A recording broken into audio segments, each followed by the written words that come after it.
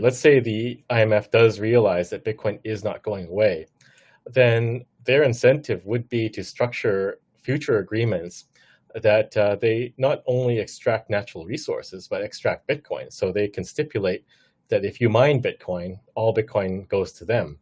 And unless you default, then you kind of have to play along with that game. So it's almost like you have to default at this point before things escalate further, and you're really locking everyone up in that country forever into debt slavery. So I could see like a lot of countries just saying, yeah, we default. Like, what you gonna do? And then just reboot on a Bitcoin standard, because if they think far enough ahead, that is where it's going to go. You're going to have volcano mining to pay the IMF instead of that money going to the people. So it's almost like the ethical thing to do is to default at this point before things go on to a sound money standard.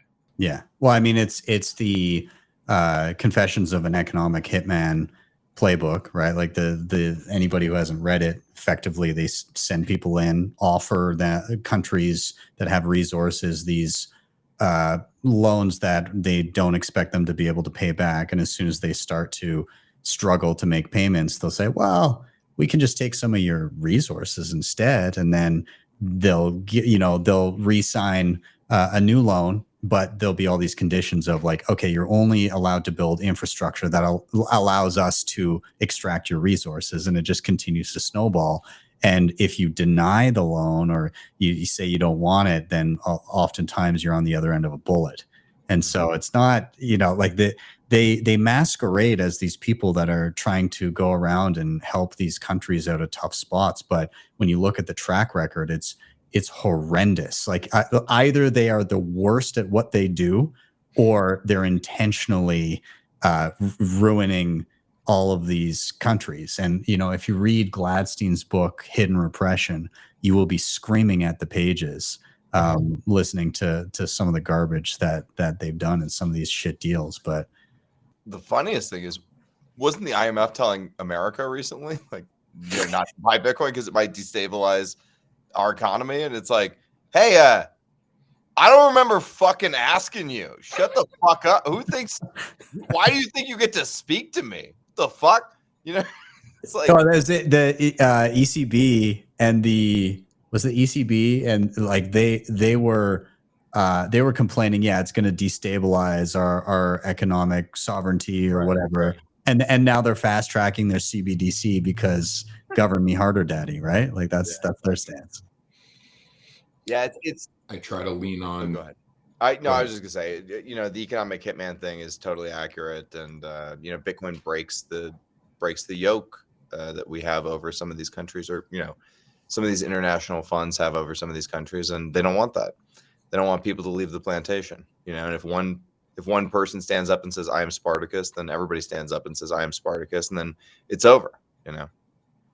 I lean on the infinite wisdom of our friend Francis Pouliot, and I tell them, cry harder. Right? At the end of the day, let's say they're right and we crash our economy. Okay? We did so with free will and free spirit and free sovereignty. You're a non-sovereign actor trying to tell us what to do, how to run our lives. No, not you, not anyone can step into that role to do that. It's not how this works.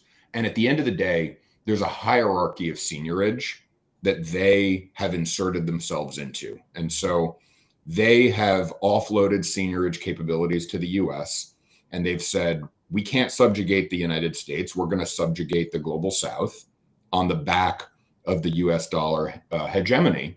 And we've seen a distortion in markets because we have assigned seigniorage capabilities to a select few economies, and then the rest of the economies all over the world have a distorted view on their power relative to the seigniorage economy.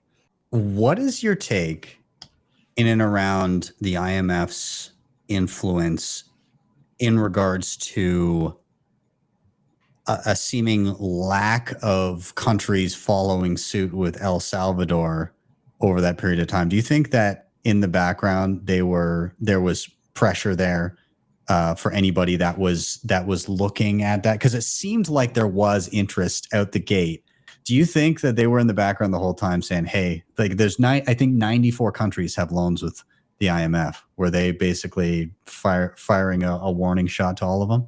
Yeah, that's a very interesting question. And we do see that. Like, we were engaged with the Central Bank of Suriname, and our proposal was just a very conservative 1% allocation. And we talked to them for months. We went there to meet with them in person. And then a week later, the World Bank went to visit, and then they just stopped talking. So you do see covert pressure being exerted.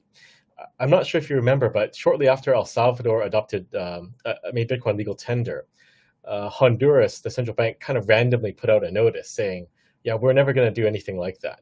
And we had heard some rumblings that there were some people visiting at that time to exert pressure too. So there's a lot of this covert operations going on to suppress Bitcoin adoption in these countries that do have loans, and these organizations that exist to provide the loans engage with. So, if your job is to loan out money and keep countries in debt, then I think your incentive is to prevent them from ever getting out of debt. So the answer is yes. Now, with the SPR, you have this sort of endorsement from the most powerful country on the planet so far. And that is really big. Like Hoddle was saying, all these politicians, they're getting this dossier now saying, Bitcoin is going to be put into a reserve and they're going to buy more. And there are all these things happening. So they kind of have to take action. And we talked about it earlier. The career risk is just gone now.